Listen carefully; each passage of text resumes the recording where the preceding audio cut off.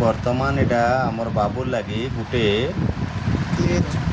କ୍ଲେର tractor ବନେଇ ଦଉଛେ। ବର୍ତ୍ତମାନର ସମୟରେ ଯେହେତୁ ଧାନ ହେଲାନ ବୋଲେ ଆମର ମଡ଼ାବାର ଅଛି 40 ଏକର ଚାଷ କରିଛୁ ଆମେ। ବୋଲେ ଆମେ ଯଦି ନାଇଁ ମଡ଼ାମୁ ବୋଲେ କେନ୍ତିକିରି ହେବା, ବର୍ଷା ପାଣି ଆଗକେ ମାଡ଼ି ଆସୁଛେ। ସେଥିର୍ଲାଗି ଆମକୁ ନୂଆ ଟ୍ରାକ୍ଟରଟେ କିଣିବାକେ ପଡ଼ିଥିଲା।